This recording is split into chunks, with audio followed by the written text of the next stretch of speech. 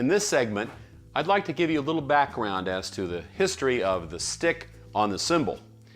The drum set as we know it is a little over 100 years old, developed in the late 19th century and fully developed through the first 20 to 30 years of the 20th century. In the early days of the 20th century, the cymbals were really used to fill up space. Phrase endings to promote or to punctuate accents and so on and so forth. So when they were struck with a stick without any particular concern as to how the stick tip was going to sound. But in the 1920s, drummers such as Zutty Singleton and others began to develop ways to actually play time on the cymbal. So instead of just the time being played on drums, it actually was moved to a cymbal. Now the cymbals of those days were relatively small, 12 to 14, maybe 15 inches in diameter. And so the earliest forms of timekeeping on the cymbal were to mirror the rhythmic structures of the early 1920s, the early triplet-based or swing-based, dotted-based sounds that we heard from drummers like Zutty Singleton, Baby Dodds, and the like. So the handheld cymbal examples that we hear from the mid-1920s and beyond into the early 30s were something that sounded like this.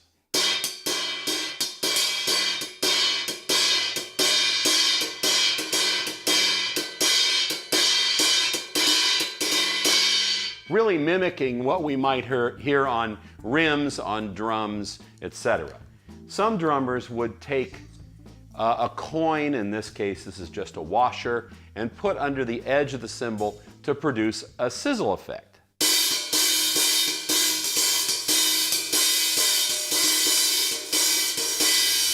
But even at that time, sticks were becoming much more important and actually in many cases becoming thinner because the drummers of the day, their techniques were developing and they were really working more towards articulating the sounds on the cymbals. In the early 1930s, we began to see a major change in drumming and drum timekeeping with the movement to the hi-hat. Now the hi-hat began as something called the snowshoe cymbal beater, which were just a couple of old brass cymbals that were manipulated with the foot to the low boy, ultimately to the high boy, or ultimately, as it was called, the hi-hat.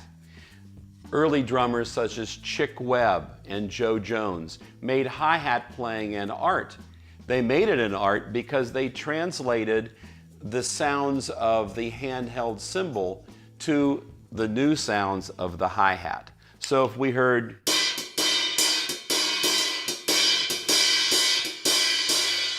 we would hear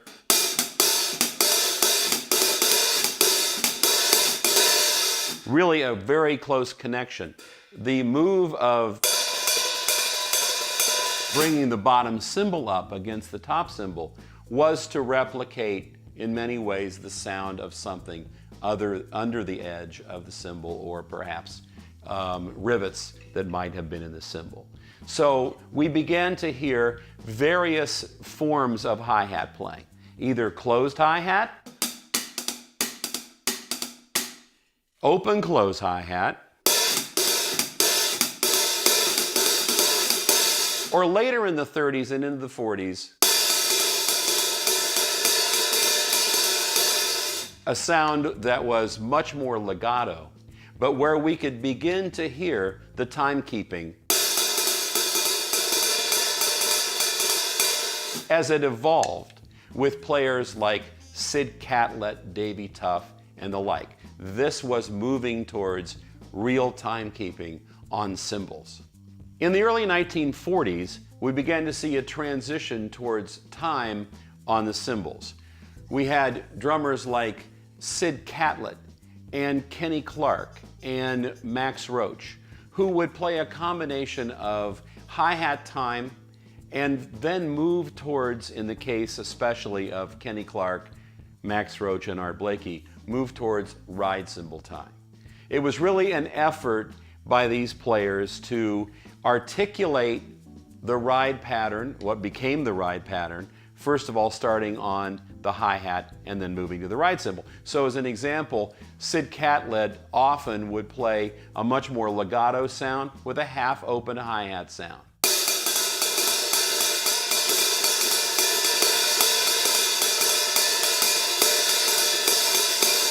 But he was a fabulous drummer, and so stick articulation was very, very important to not only him, but all the drummers of the day. And as they moved towards the ride cymbal developing and being the hallmark of drumming in the 1940s and 50s, the choice of sticks was very important.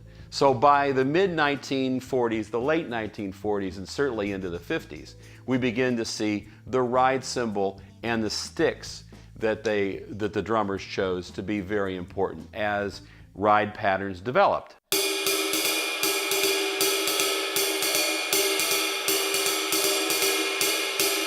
And especially as these patterns became faster and more articulate.